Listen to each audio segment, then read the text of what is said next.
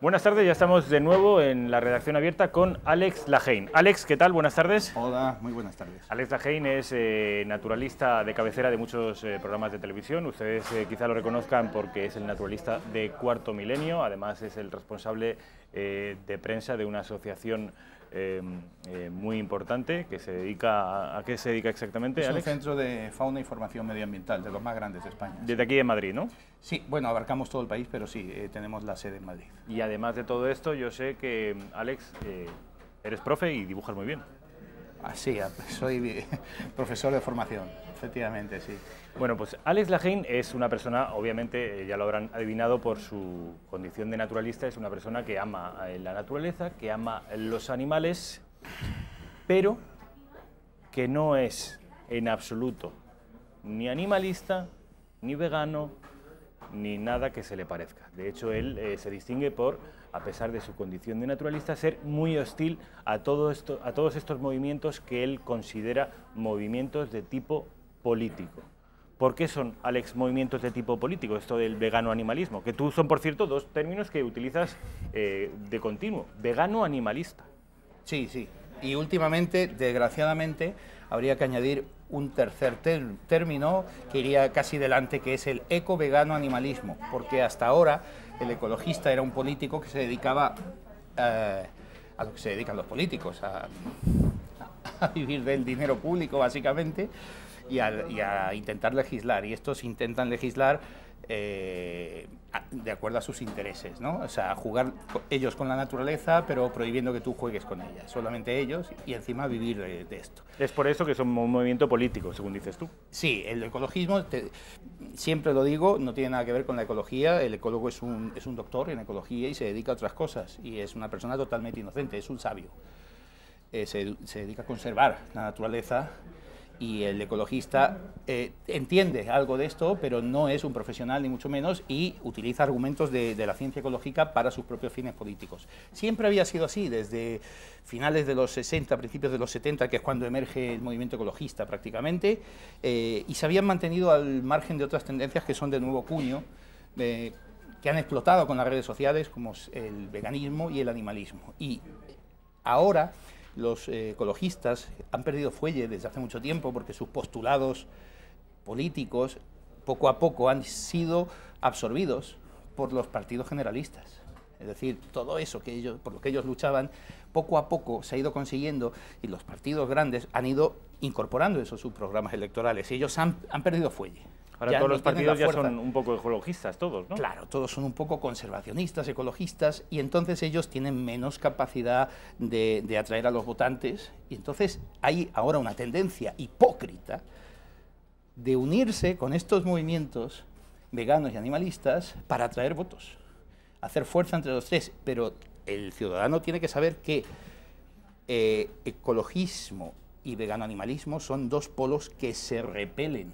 O sea, es decir, el agua y el aceite, porque uno defiende, aunque sea un político, defiende los sistemas, los ecosistemas, y no los individuos, mientras que el animalista lo que defiende es al individuo por encima de cualquier cosa, y estamos viviendo en unos tiempos que incluso al individuo animal se entiende por encima de incluso el humano, que tenga incluso más derechos. Esto es significativo. Hay incluso una tesis doctoral de una portuguesa, una científica portuguesa, Katia Faria, una tesis doctoral, o sea, algo serio, académico, universitario, que ha sido propuesto hace unos años para que el ser humano intervenga en la naturaleza a defender al individuo. Es decir, que si, por ejemplo, un búfalo es atacado por unos leones, sobrevive y está herido, que el hombre intervenga para sanar a ese búfalo, en vez de que la naturaleza siga ese curso. Y esto existe, o sea, parece ciencia ficción, pero esto ya está, ya se debate en los ámbitos académicos. Y que incluso pone eso es romper la cadena alimenticia y romper el sistema, el modus operandi y la propia naturaleza. Es no aceptar cómo funciona nuestro planeta, cómo se transforma y se transmite la energía en nuestro planeta, que como todo el mundo sabe, hasta un niño pequeño, la energía viene del sol, y las plantas utilizan esa energía lumínica junto con los nutrientes de la tierra para crecer, alguien se come esas plantas, luego hay un animal herbívoro un animal depredador que se come ese herbívoro, luego un superpredador que se come al depredador, luego un necrófago que come lo que queda, y luego las bacterias destructoras que hacen que otra vez todo vuelva al suelo y vuelva el ciclo de la vida, ¿verdad? Muy sintetizado. Funciona así, la vida de nuestro planeta es que para que tú puedas vivir tienes que comerte a otro ser vivo, seas de la especie que seas. El ciclo de la vida incluye necesariamente, en el mundo animal también, porque parece que es una condición exclusiva de los humanos, incluye la violencia, el salvajismo, la caza para alimentarse. Evidentemente, pero es decir, cuando el rumiante se come el vegetal también es un ser sintiente. O sea, de esto se habla poco porque los estudios que demuestran que los vegetales sienten, aunque no tengan sistema nervioso central, y la ciencia a día de hoy no haya podido adivinar exactamente cómo funciona eso, pero tenemos pruebas. Cuando tú cortas el césped, ese olor a hierba cortada que tú hueles, ese olor es el mensaje químico con el que se están comunicando esas plantas, esos céspedes, con los céspedes vecinos, y les advierten de que están cortándolos. Cuando hay un peligro, la planta atrae a los insectos mediante estímulos químicos, pero los atraen. E incluso las propias plantas, cuando no hay nutrientes en el suelo, se vuelven carnívoras. O sea que no es todo tan inocente como nosotros nos pensamos. Algún día podremos saber realmente hasta dónde llega esa capacidad de comunicación de esos otros seres vivos que son los vegetales. Alex, me gustaría que viéramos juntos y me dieras tu opinión en relación a un vídeo que voy a poner. Es un vídeo de la Contra Televisión, un vídeo que les advierto que contiene imágenes duras, incluso algunas muy duras, en las que algunos animales ejercen violencia contra otros animales. Es decir, esto de que la violencia es una condición innata y exclusiva del ser humano, bueno, pues con este vídeo queda desmentido. Alex Lajein nos acaba de advertir que ya hay una nueva tendencia ecopolítica según la cual el hombre debería intervenir en el ciclo natural para atajar la violencia también entre los propios animales. Es decir, entiendo yo que deberán frenar a los leones cuando se vayan a comer a las cebras para que no las maten. Bueno, si esto es así, ¿cómo se alimentarían los leones? Estamos llegando ya a un punto de locura que mejor no reflexionar sobre él porque podríamos acabar volviéndonos locos. Vamos a ver ese vídeo de la Contra. Les repito, si no quieren verlo, no lo vean porque son 2 minutos en los que aparecen imágenes duras. Pero me interesa, Alex, que lo veas y luego lo comentamos. ¡La tortura no es cultura! ¡La tortura no es cultura! El futuro corresponde a todos vosotros que defendéis los derechos de los animales.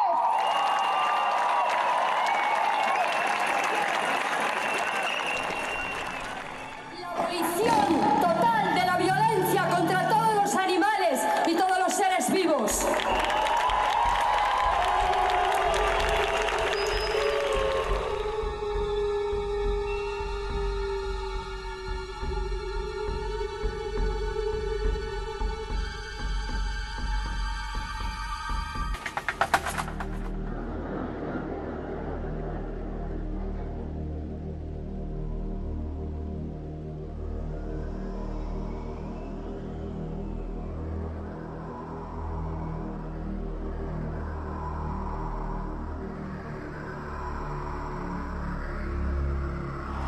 Si aplaudes un asesinato, eres su cómplice.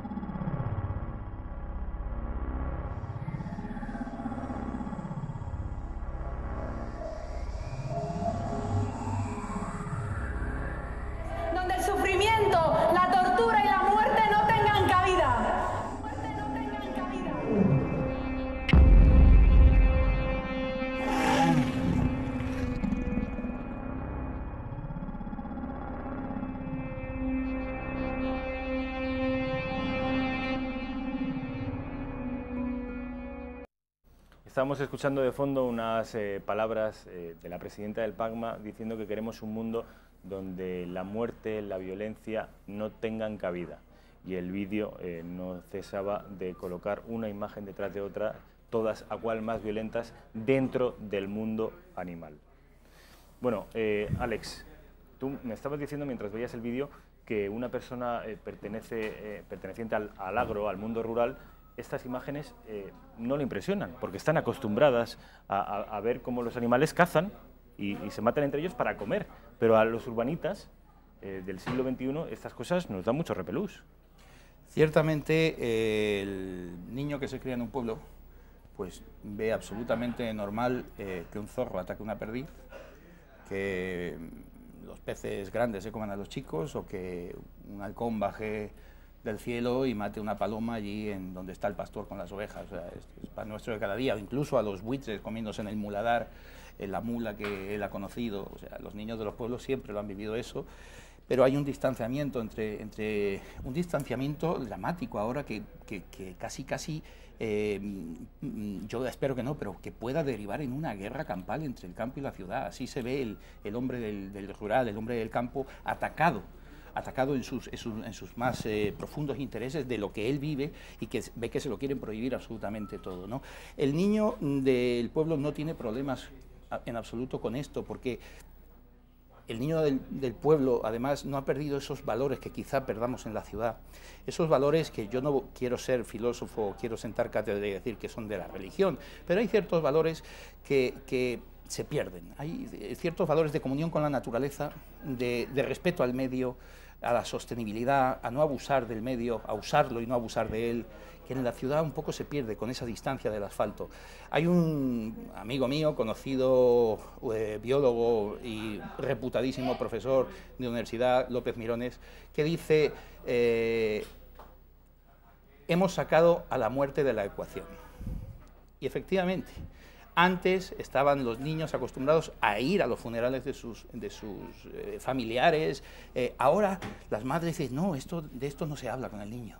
Mejor que no. Y esos niños van creciendo y van creciendo viendo dibujos de Walt Disney, dibujos que antropomorfizan a los animales. Hay animales buenos, hay animales malos. Unos tienen, digamos que, caracteres o aptitudes humanas. La paloma es buena, el halcón es malo, el lobo es malo, la vaca es buena, pero bajo valores y prismas humanos. El ciervo es bueno. Exactamente. El cocodrilo es malo. Claro, exactamente. Uno ve al mirlo y dice, el mirlo es bueno. Amigo, y cuando se come el mirlo a la lombriz viva y esa lombriz es digerida en sus jugos gástricos viva, ¿es bueno o es malo?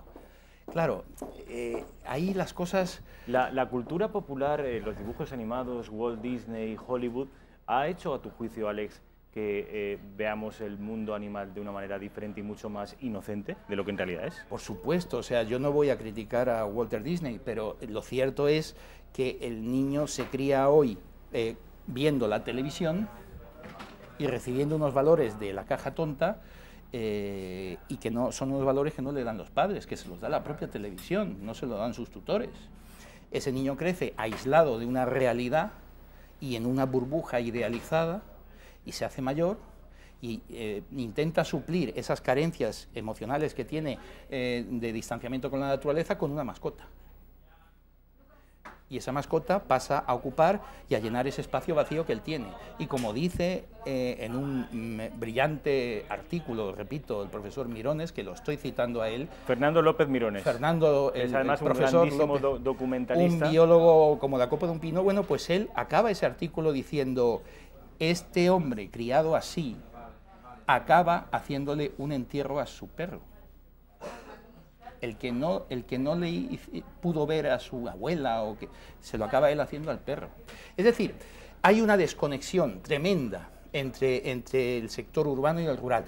Y el rural ahora ve cómo desde la ciudad, gente que no ha pisado el campo en su vida, intenta legislar e intenta decirle al hombre del campo cómo tiene que hacer las cosas o cómo se las va a prohibir hacer. Y esto es dramático, porque en nuestros campos se cría nuestra comida. Es decir, que hay que legislar con cabeza. Muchas veces se hacen normas y leyes que no tienen cabeza. Has citado a la presidenta de un partido político. Mira lo que estamos viendo, Alex. Sí. ¿Qué te parece eso? son seres humanos Sí. procurando hacer la equivalencia equivalencia, con los sí. animales, metidos en un film, como Sí. se presentan las costillas o los filetes, Todo haciendo esto- la equivalencia entre el ser humano y el animal. Sí, Hemos llegado a eso. Mira, esto tiene su origen en el año 75, cuando un profesor de bioética, Peter Singer, escribe su libro Liberación Animal y expone prácticamente la eugenesia. Compara a un recién nacido anencefálico con una vaca. Y dice que perfectamente se podían hacer pruebas de vivisección, pruebas de laboratorio, con un recién nacido que fuera, dice Singer, que fuera huérfano, para que no hubiera problemas con los padres. Y que se puede probar con ese recién nacido en vez de con una vaca que tiene mucha más personalidad, digamos, muchos más derechos, mucha más adultez, si se me permite la palabra, que ese niño. Y bueno, y este hombre en su libro, que repito, es el libro de cabecera de todo el movimiento, es el que funda de verdad el movimiento animalista, la Biblia que siguen los animalistas. Él antepone que tienen que ser seres sintientes los que sufren en sus carnes el maltrato del hombre, que el hombre no está por encima de ellos como especie, y te voy a citar... Y afirmar lo contrario sería especista. Claro, afirmar sí, que el hombre está por encima del resto de animales es especista. Ese es un término acuñado por un genetista inglés que fue Richard Ryder, que inventó el término especista. Pero fíjate lo que dice Singer, porque es que es tremendo. Dice, te lo leo textual, porque son tantas barbaridades que es imposible. Para que un individuo pueda ser considerado persona, repito, estas son las bases del movimiento animalista. Tiene que tener capacidad cognitiva, es decir, poder experimentar dolor para ser persona. Tiene que tener intencionalidad, es decir, voluntad. Tiene que tener voluntad, tiene que tener capacidad para planificar el futuro, conciencia de uno mismo, autorreconocimiento e interés propio. Es decir, que según esta lista de Singer, puesta negro sobre blanco en el año 1975, este hombre enseña bioética en varias universidades del mundo, asesora incluso a gobiernos. Esta lista excluye de la condición humana a muchas clases de vida humana.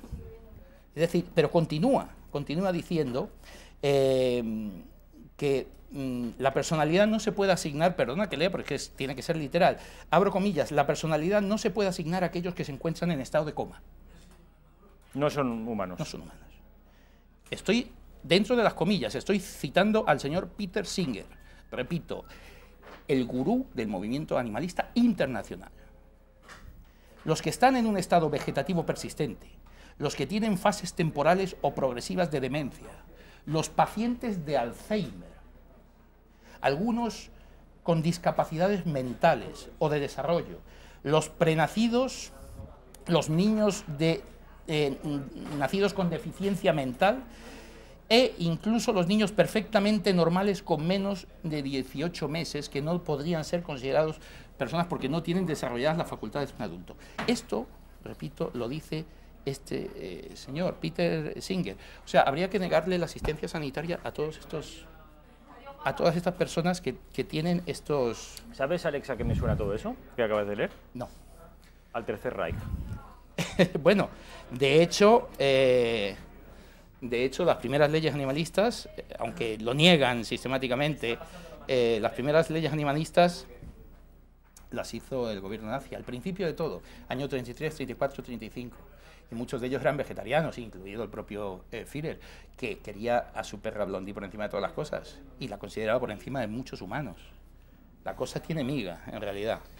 Alex, te voy a hacer una pregunta muy clara. Tú conoces muy bien el animalismo, el vegano animalismo, como te gusta a ti decir. ¿Cuál es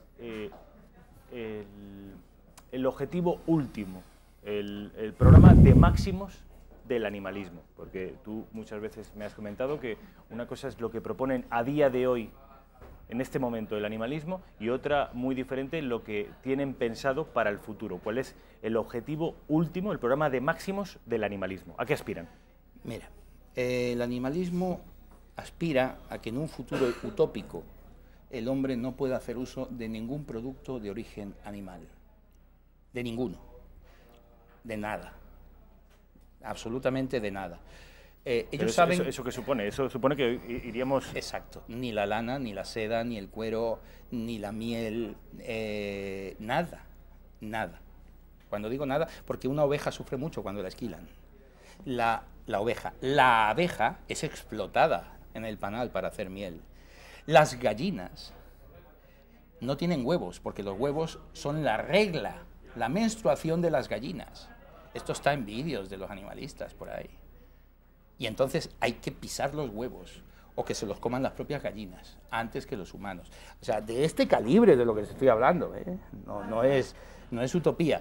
La mayoría de la gente vive hoy en las ciudades. El campo cada día está más despoblado. ¿Dónde hacen doctrina y evangelio los activistas? Porque luego hay que diferenciar entre la persona normal que no come carne por convicción propia, pero respeta a los demás y que los demás coman lo que quieran, que tiene todos mis respetos ese señor o esa señora. Es decir, yo como por convicción propia y no uso jersey de lana por convicción propia, pero no intento prohibirte a ti que lo hagas. Eso es otra cosa. Yo aquí estoy hablando de los activistas, es decir, de los que intentan acceder al poder para modificar las leyes, incluso por la puerta de atrás, y que el día de mañana tú no puedas usar ese jersey de lana ni comerte unos langostinos el día de Nochevieja. Eso saben que es muy difícil porque hoy nadie lo aceptaría, evidentemente. Pero es progresivo lo que propone. Sí, es una lluvia fina, es el camino largo que decía Antonio Gramsci, que como creo que sabrás, Antonio Gramsci fue presidente del Partido Comunista de Italia, es el impulsor del llamado marxismo cultural, que no es otra cosa que la dictadura de la corrección política, que hoy sufrimos en todos los países occidentales. Sepan ustedes que Antonio Gramsci, junto con la Escuela de Frankfurt, efectivamente son los muñidores de todo lo que hoy conocemos como corrección política. Antonio Gramsci tenía un dogma que ha resultado ser absolutamente acertado, un dogma según el cual no se alcanza el poder político sin previamente haber alcanzado el poder cultural, es decir, el poder político es posterior al poder cultural, de manera que hoy se va sembrando una serie de normas y dogmas, en este caso de tipo animalista, para en el futuro esos dogmas que hoy nos parecen aberrantes, en un futuro nos parecerán perfectamente viables. Vamos a ir a publicidad, pero no me gustaría que se marcharan porque hoy, al margen de lo que estamos hablando, Alex Lajeim tiene una exclusiva que contar a todos los espectadores de Intereconomía Televisión. Es una noticia que aún no ha salido a la luz, que no se ha hecho pública, ningún medio de comunicación la ha hecho pública. Es cierto que vamos a tener que dar esta información con algunas limitaciones, lo entenderán cuando Alex Lajeim la comparta con todos ustedes. No va a ser una noticia completa por respeto a los afectados, pero va a ser una noticia que sin ninguna duda en las próximas horas y en los próximos días se va a concretar, y sabrán ustedes que fue en este programa y por parte de Alex Lajeim cuando la conocieron por primera vez. Les va a impresionar y seguramente les va a enfadar, pero es necesario que la conozcan. A la vuelta de la publicidad.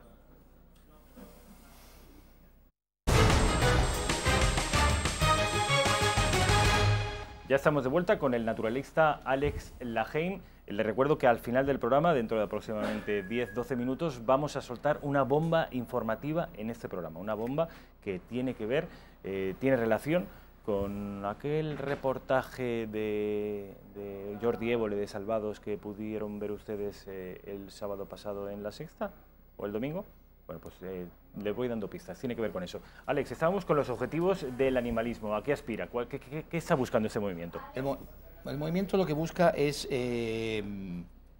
como te dije, acabar en un futuro con el consumo de productos de origen animal, es decir, con el especismo, con el modo en que una especie, la humana, se aprovecha de las otras, considerándolas inferiores.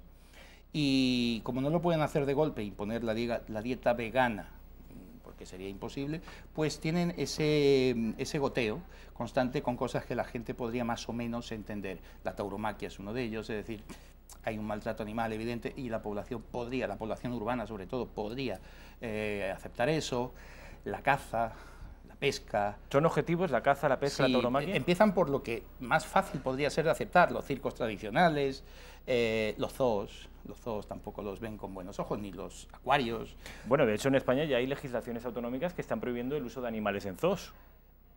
En zoos no, en circos. En circos, sí, perdón. En circos. Hay ayuntamientos que han intentado y en algunos casos están consiguiendo vetar el derecho de los circos a montar la carpa en su territorio, ¿no? En su demarcación. Pero luego la justicia le va dando la razón a esos circos porque los ayuntamientos no tienen capacidad legal para prohibir eso.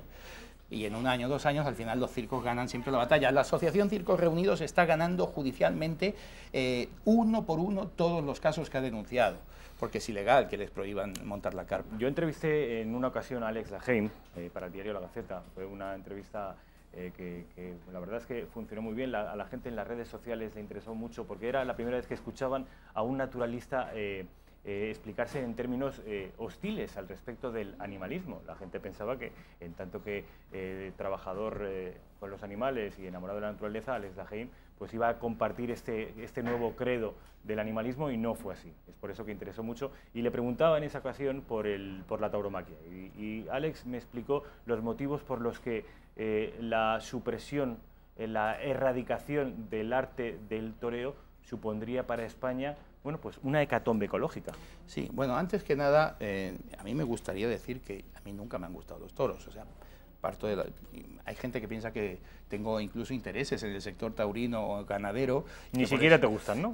Mira, ni soy taurino ni ganadero, no soy cazador, no soy pescador, ni tengo licencia de armas, no tengo un zoo, no tengo acuarios, no me dedico a la industria alimentaria, no tengo una tienda de mascotas, yo soy uno de los que cuenta las cosas, nada más, punto. En el tema de la tauromaquia, aunque a mí no me gusten, lo que sí soy es muy respetuoso con los demás. Entonces, yo no voy a las plazas de toros, pero sí también te digo que cuantos más ataques y violencia veo desde estos movimientos hacia el ciudadano que va a entrar al tendido, ¿más simpatía sientes? Más simpatía. De hecho, yo ya más o menos estoy aprendiendo lo que es un natural, una Verónica, porque ya lo veo, o sea, es un efecto increíble de rebote. Bien, bueno, bajo mi punto de vista, la fiesta brava debería de morir, si algún día muere, por falta de público. Es decir, no se puede imponer a la gente la prohibición. Yo a lo que soy contrario es a prohibir. Prohibiciones estalinistas. ¿No? A la gente no se le pueden prohibir cosas que tienen ganadas, son derechos que tienen adquiridos. Pero por encima de eso, se argumenta desde el sector taurino muchas veces, es que si desaparece la fiesta, desaparece el toro de Lidia. Ciertamente, pero tengo que explicar como conservacionista que soy, si desaparece el toro de Lidia, se produce una catástrofe cultural. Bien, no se produce una catástrofe biológica, puesto que el toro de Lidia es de la misma especie que una vaca lechera, Bos taurus. Son encastes, pero es la misma especie. El animal del que provienen todos los bovinos domésticos se extinguió, es el uro. Se extinguió ya. Entonces, biológicamente, si desaparece el toro de Lidia, culturalmente es una catástrofe. Biológicamente no lo sería porque en teoría es un animal fabricado por el hombre, es artificial, como un pastor alemán. Es decir, la catástrofe biológica sería que desapareciera el lobo, del que descienden todos los cánidos domésticos. ¿La verdadera catástrofe dónde llegaría? En la ecología, en el medio ambiente. ¿Por qué? Porque el toro de Lidia, para criar toros de Lidia, se necesitan unos ecosistemas que solamente hay en España, que nos los dejaron los romanos en herencia, que son las dehesas. Las dehesas son bosques mediterráneos clarificados, aclarados, que no tienen monte bajo. Son encinas, alcornoques, repartidos por el campo, en llano, y solamente hay césped debajo. Eso alimenta comunidades biológicas como los cerdos de pata negra. Esa es una de las patas de las dehesas. Repito, es un ecosistema que no existe en ninguna parte del mundo. Los españoles tenemos cerdos de pata negra porque hay dehesas. Porque si no ya se habrían llevado los cerdos a otro lugar y los estarían criando a los chinos o los estadounidenses, pero no tienen dehesas. Y la dehesa hay que mantenerla, no se mantiene sola, hay que mantenerla y cuesta mucho dinero mantenerla. Entonces resulta que ese terreno adhesado depende de varias patas. Una de ellas es el cochino de pata negra, el corcho también mantiene a la dehesa, el pastoreo transhumante mantiene a la dehesa, y el ganado bravo, básicamente. Las fincas de toros bravos son las fincas de mayor riqueza biológica de todo el territorio nacional. Hay águila imperial, hay lince ibérico, hay buitre negro, hay cigüeña negra, hay nutria, hay de todo, porque allí no se permite entrar a nadie, ni siquiera los mayorales van a caballo, no van en vehículos a motor. Son auténticos paraísos. Si desaparece el toro bravo, desaparece un ecosistema único en el mundo del cual dependemos los españoles, que se sustenta frágilmente por 3 o 4 patas. Con las fincas cinegéticas pasa más o menos lo mismo. Las fincas de caza son lugares privilegiados en los que la riqueza faunística se conserva, pero vamos, en su estado de máxima pureza. Los parques nacionales que nosotros tenemos aquí y en el resto del mundo han llegado hasta nosotros así porque han sido cotos de caza. Si no, no hubieran llegado hasta nosotros. O sea, y eso lo mantuvieron los cazadores así virgen. Donde hay fincas de caza es donde vive el lince ibérico. Cuando se crían linces para soltarlos y repoblar, no se pueden soltar más que en fincas de caza, que es donde están protegidos, donde nadie les molesta y donde hay riqueza biológica. Entonces, ese es el motivo por el que la erradicación de la tauromaquia, como pretenden los animalistas, supondría una hecatombe ecológica para nosotros. Ecológica porque la dehesa es un ecosistema que no tiene nadie. O sea, nuestros jabugos se crían aquí porque hay dehesas y se alimentan de, como tú sabes, de bellotas. Bellotas, la incena da una bellota, el alcornoque da 4, y se alimentan de bellotas. Nadie tiene, ni italianos, ni griegos, nadie tiene de esas, solamente nosotros. Llegaron los romanos, arrasaron con todo y dejaron las encinas y nos quedó un ecosistema que sirve para esto.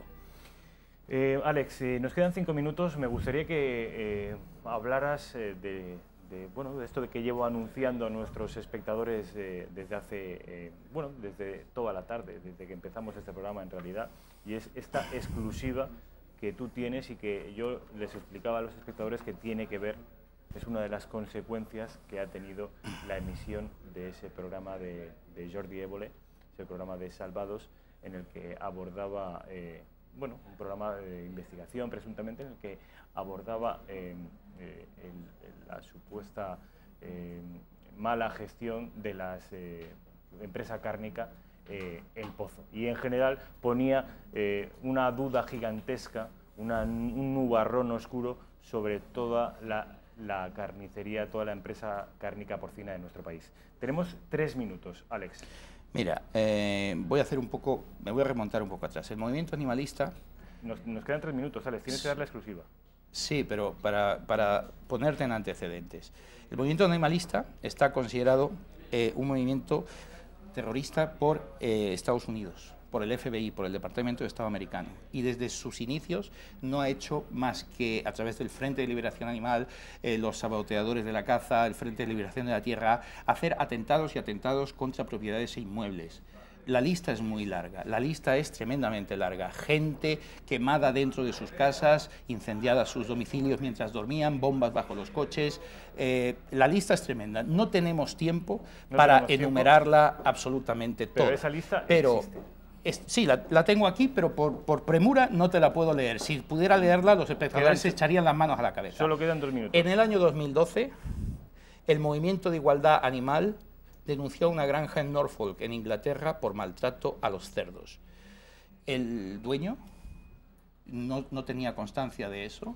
El dueño colaboró con las autoridades. Fue grabado con cámara oculta, entrando en la instalación, y el dueño no sabía nada de esa granja, y el dueño acabó pegándose un tiro. Posteriormente, los supuestos maltratadores fueron juzgados. Hace 2 domingos, el programa Salvados nos mostró al presentador del programa entrando de noche, entiendo yo que mediante un acto delictivo en una propiedad sin permiso, de noche, y grabando el lazareto de una granja con animales con tumores, con animales con hernias, básicamente, y dando a entender a la gente que esa carne iba a entrar en la cadena de consumo. ¿Bien? Bien. Al día siguiente de esa emisión, la cotización de la carne de los lineales de cerdo bajó un 30%. Un 30%. ¿Bien? Un ganadero de este país, importantísimo, que tenía que mover ese día 400.000 cabezas de ganado, no pudo moverlas porque el margen de beneficio es de 20 céntimos por cabeza. Este hombre no quería dejar en herencia a sus hijos y a sus nietos una empresa en quiebra, y este hombre desesperado se pegó un tiro el lunes después de emitirse ese programa. Dejó una nota incluso de suicidio.